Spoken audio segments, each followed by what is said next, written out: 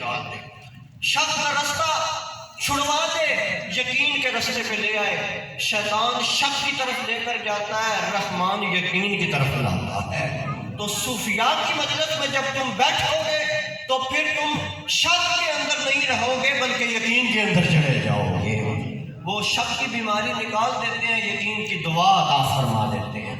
پھر من الکبر الی التواضع، جو تمہارے اندر سے غرور و تکبر نکال دے اور عاجزی داخل فرما دے، اس عالم کے پاس بیٹھو۔ قبلہ حافظ صاحب کی زندگی دیکھیے، عاجزانہ زندگی تھی، بڑا مقام تھا ان کا، بظاہر تو لوگ ان کو کپڑے ان کے صاف نظر نہیں آتے تھے۔ میاں صاحب کا کلام جنہوں نے پڑھا وہ جانتے ہیں، بارو میلو کے چالے اندرو آب حیاتی، باہر سے وہ میلے کے چالے نظر آتے ہیں لیکن اندر وہ پورا سمندر رکھتے ہیں معرفت کا اپنے اندر، وہ سمندر کا پورا معرفت ہوتا ہے، معرفت کا پورا سمندر ہوتا ہے ان کے اندر۔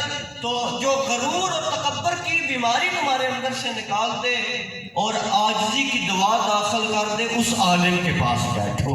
معزز سامعین اکرام، میاں محمد بخش رحمۃ اللہ تعالی علیہ نے کتاب لکھی ہے چٹھی ہیر، اور چٹھی ہیر کا جو پہلا شعر ہے نا، یہ کتاب ان لوگوں کے لیے ہے جو فقر کے رستے پہ چلتے ہیں، جو دنیا کو چھوڑ کر فقیری کی طرف جاتے ہیں نا، ان کے لیے یہ کتاب ہے۔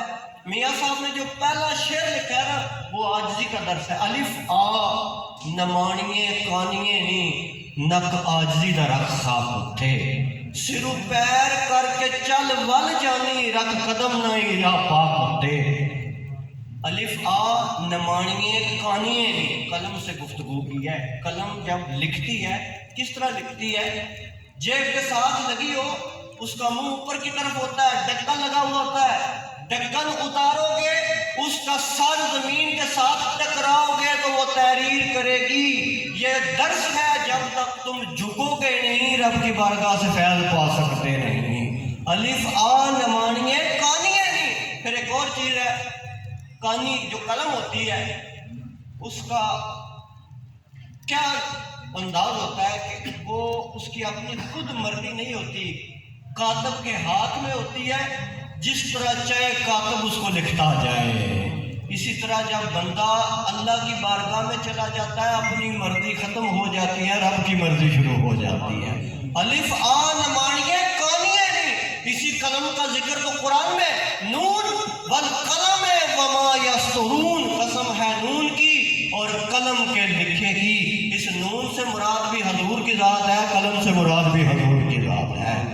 الف آ نمانیے کانیے نہیں، نک عاجزی دا رکھ خاک اتے، سرو پیر کر کے چل ول جانی رکھ قدم نائی را پاک اتے، تقریر شریر دی نال روشن کری رمز ضمیر دی چاک اتے۔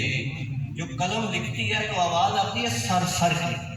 اب پرانے زمانے میں تختی لکھا کرتے تھے، آج تو تختی ختم ہو گئی ہے نا، تو جب تختی کے اوپر لکھا جاتا تھا تو سر سر کی آواز آتی تھی۔ تو میاں صاحب فرماتے ہیں یہ ایسا رستہ ہے، آواز نکالنے کی ضرورت نہیں، جھک جا رب تعالیٰ تجھے عطا فرما دے